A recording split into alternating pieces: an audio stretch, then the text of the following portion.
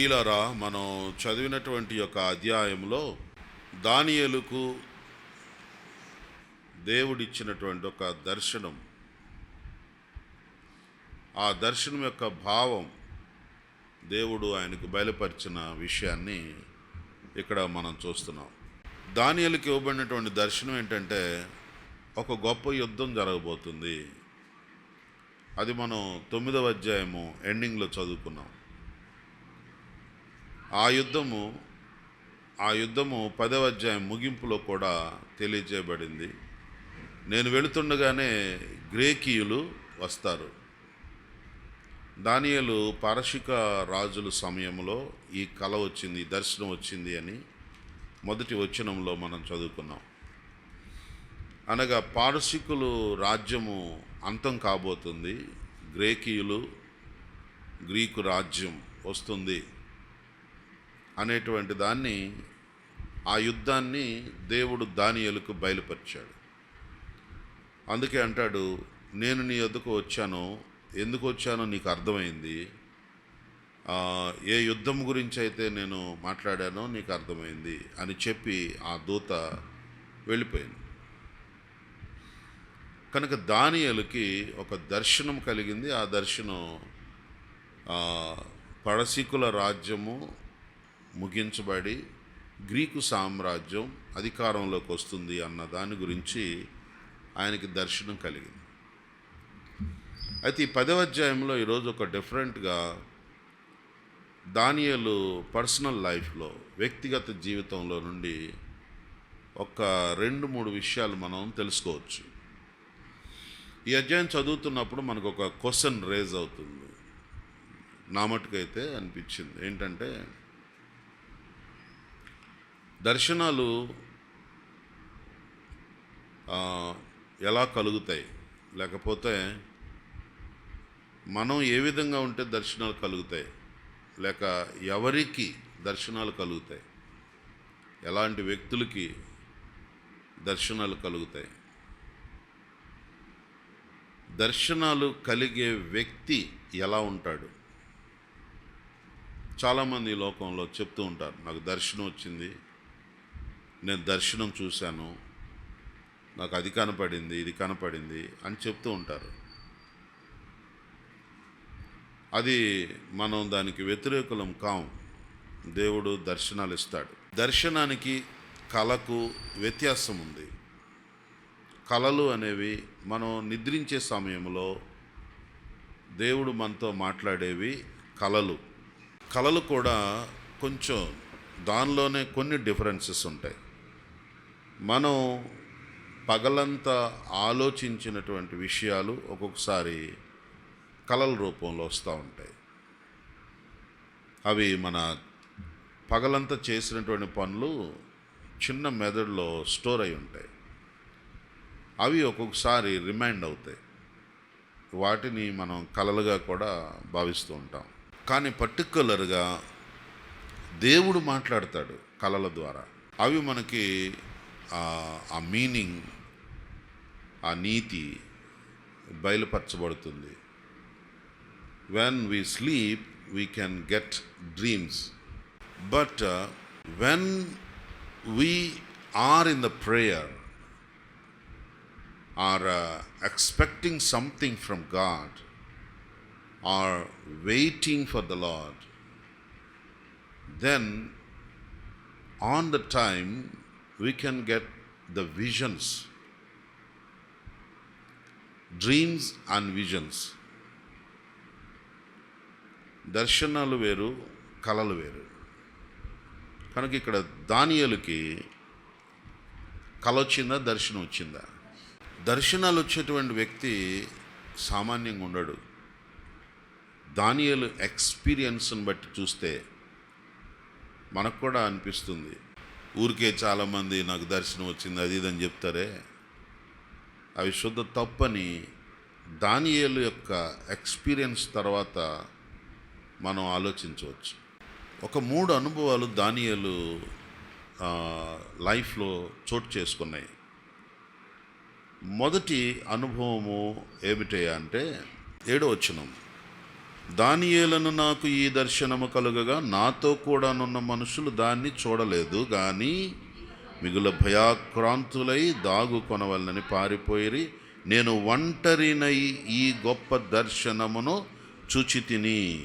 చూచినందున నాలో బలమేమియు లేకపోయెను, నా సొగసు వికారమాయను, బలము నాయందు నిలవలేదు. అది దర్శనాలు వచ్చేటువంటి టైం. దర్శనము అనేది it's personal contact with God, personal encounter with God. The vision comes when we are alone. మనము ఒంటరిగా ఉన్నప్పుడే దేవుడు మాట్లాడతాడు. పర్టికులర్గా దానియేలు చెప్తున్నారు, నాతో ఉన్నవారు ఈ దర్శనమును చూడలేదు. So the vision belongs to a person, not for the group.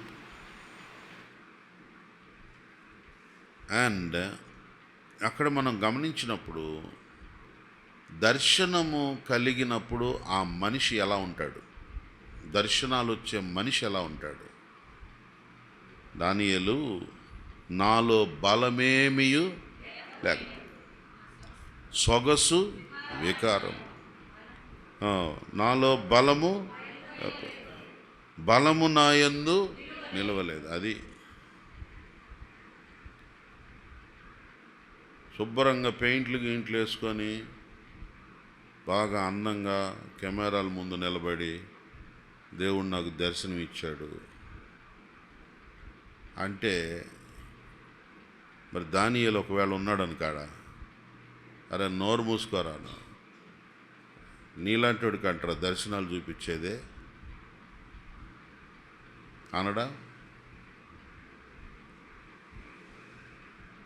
When we have encounter with God, we are nothing.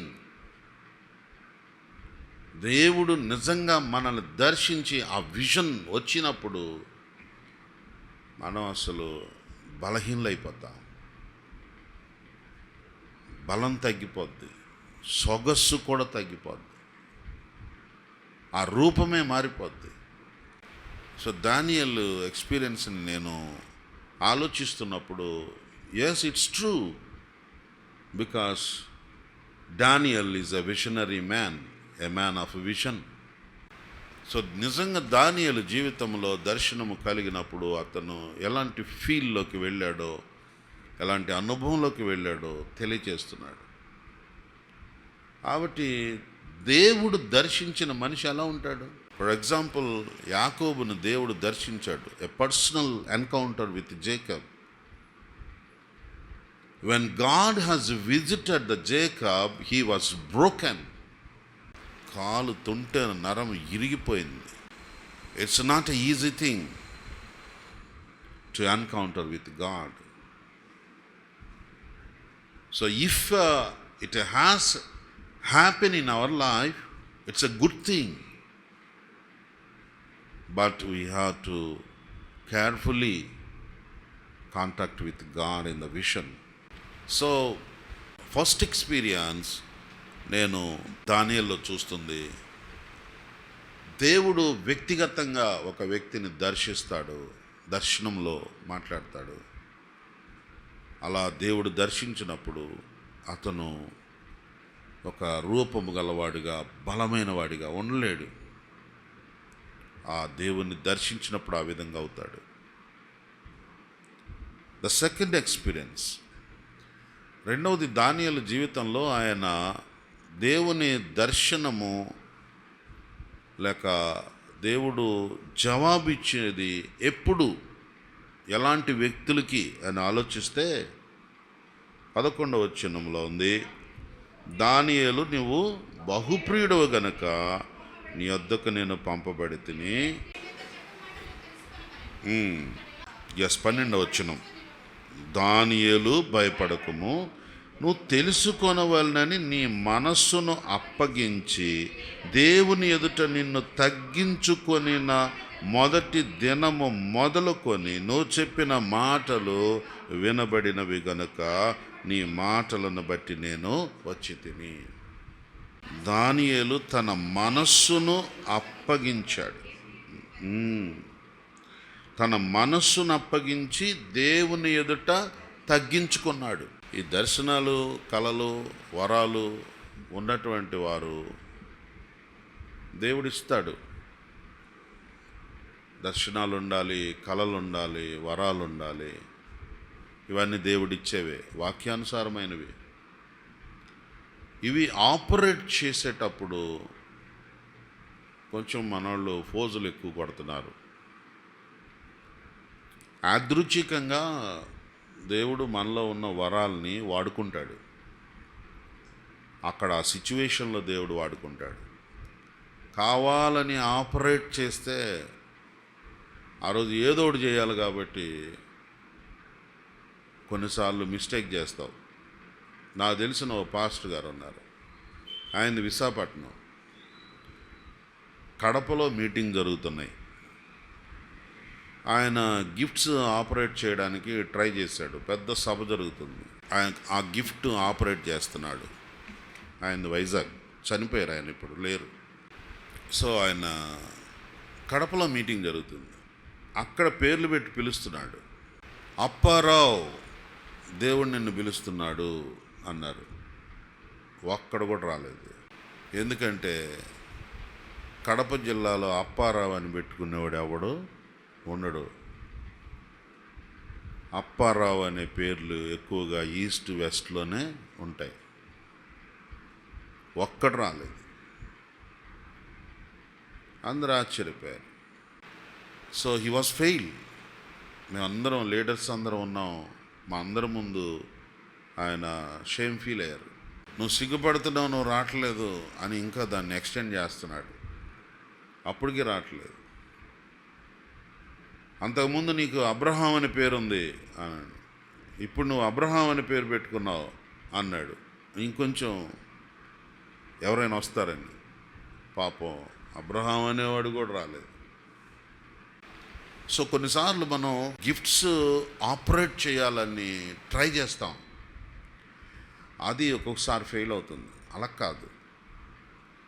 దేవుడు మనకి గిఫ్ట్స్ ఇస్తారు, వరాలు ఇస్తారు. అవి సర్టన్ టైంలో దేవుడు నడిపిస్తాడు. కానీ దాన్నే సపరేట్గా ఫోకస్ చేస్తున్నటువంటి వ్యక్తులు మనం చూస్తున్నప్పుడు, డానియల్ లైఫ్లో మనం చూస్తే నిజంగా మనం నేర్చుకోవాలి. దానియేలు తన మనస్సును దేవునికి అప్పగించాడు. So he will not think in his mind anything. మనస్సు దేవునికి అప్పగించి దేవుని ఎదుట తనను తాను తగ్గించుకున్నాడు. ఈ గిఫ్ట్స్ ఆపరేట్ చేసే వాళ్ళంతా గొప్పగా హెచ్చించుకుంటూ ఉంటారు. కానీ డానియల్ ఎంత గొప్ప దార్శనికుడు, ఎంత గొప్ప దర్శన వరం కలిగిన వాడు. కానీ he humble himself before God. He humble himself. He committed to give his mind to God. So మన మనస్సు, లైఫ్ దేవునికి కంప్లీట్ కమిట్ అయినప్పుడు దేవుడు మనలో ఆ గిఫ్ట్స్ ఆపరేటింగ్కి టైం ఇస్తాడు. కనుక ఈ గ్రేట్ ఎక్స్పీరియన్స్ని మనం డానియల్ లైఫ్లో చూడగలుగుతాం. అండ్ మరొక ఎక్స్పీరియన్స్ని మనం దీనిలో చూడొచ్చు. సో 18-19 అతడు మరలా నన్ను ముట్టి బలపరిచి, నీవు నాకు బహు ప్రియమైన వాడవు, భయపడకుము, నీకు శుభము కలుగుతుంది, ధైర్యము తెచ్చుకొనుమని నాతో చెప్పాను. మూడవ ఎక్స్పీరియన్స్ ఏమిటంటే, దేవుని దర్శించినటువంటి వ్యక్తులు జరగబోయేటువంటి సంగతులను తన మనస్సులో పెట్టుకొని దాని విషయమై కనిపెడతారు. అందువలన ఆయనకి చాలా భయంగా అనిపించింది అన్నమాట. ఏమిటంటే, ఒక పారసీకుల రాజ్యము కూలగొట్టబడుతుంది. ఎందుకనగా పారసీకుల రాజ్యంలోనే యూదులకి చాలా మేలు జరిగింది. నెబుకద్నెజరు టైంలో బబులోను సామ్రాజ్యం అప్పుడు జరగలేదు. మాదీయులు పారసీకుల టైంలోనే యూదులకి చాలా మేలు జరిగింది. గ్రీకు సామ్రాజ్యం వచ్చినప్పుడు కూడా యూదులకి అంత పెద్దగా మేలు జరగలేదు. కనుక ఈ పెర్షియన్ గవర్నమెంట్ ఏదైతే ఉందో అది పడిపోతుందన్నటువంటి విషయం ఆయన గ్రహింపులోకి వచ్చింది కనుక దాని విషయం భయపడుతున్నాడు. అయితే దేవుడు వాగ్దానం చేసింది ఏంటంటే, దర్శనము కలిగినప్పుడు దేవుడు నీకు శుభం కలిగించటానికి మాత్రమే దేవుడు దర్శనాలు ఇస్తాడు. దానియేలు నీకు శుభం కలుగుతుంది. రాజ్యము కూలగొట్టబడవచ్చు, కానీ నీకు నీ ప్రజలకు మాత్రం శుభం కలుగుతుంది. సో దేవుడు ఎప్పుడైనా ఒక మంచి వార్తను తీసుకొస్తాడు. ఒకవేళ ఏదైనా భయంకరమైన వార్త తీసుకొని వచ్చినా సరే నీకు మాత్రం అది శుభం కలిగే రీతిగా దేవుడు నడిపిస్తాడు. కనుక దర్శనం వచ్చిందని భయపడి కంగారు పడాల్సిన అవసరాలు ఉండవు. దానియేలు జీవితంలో మన ఎక్స్పీరియన్స్ని షేర్ చేసుకోవచ్చు నిజంగా. కాబట్టి మనం కూడా ఆ విధానంలో ఎదగాలి. కళల ద్వారా మాత్రమే కాకుండా దర్శనముల ద్వారా దేవుడు మనతో మాట్లాడే స్థాయికి ఎదగాలి. ఎదిగిన ప్రతి ఒక్కరూ మనం కూడా దానియేలు ఎక్స్పీరియన్స్ ద్వారా ఆ స్టాండర్డ్లో ఉన్నాము అని అంటేనే అప్పుడే మనకు దర్శనం వచ్చిందని నిదర్శనం. దేవుని యొక్క దర్శనం కలిగిన వ్యక్తి డిఫరెంట్గా ఉంటాడు. అది మనం గుర్తించాలి. ఈ అంచె దినాల్లో ఇలాంటి వాళ్ళు ఎక్కువైపోయారు కాబట్టి సంఘం మెలకువగా ఉండాలి. ఎవరో దర్శనాలు చెబుతున్నారు, ఎవరో ఏదో చెప్తున్నారు అని నమ్మి గుడ్డిగా, అది సాటనిక్ గైడెన్స్, దానిలోకి వెళ్ళిపోకూడదు.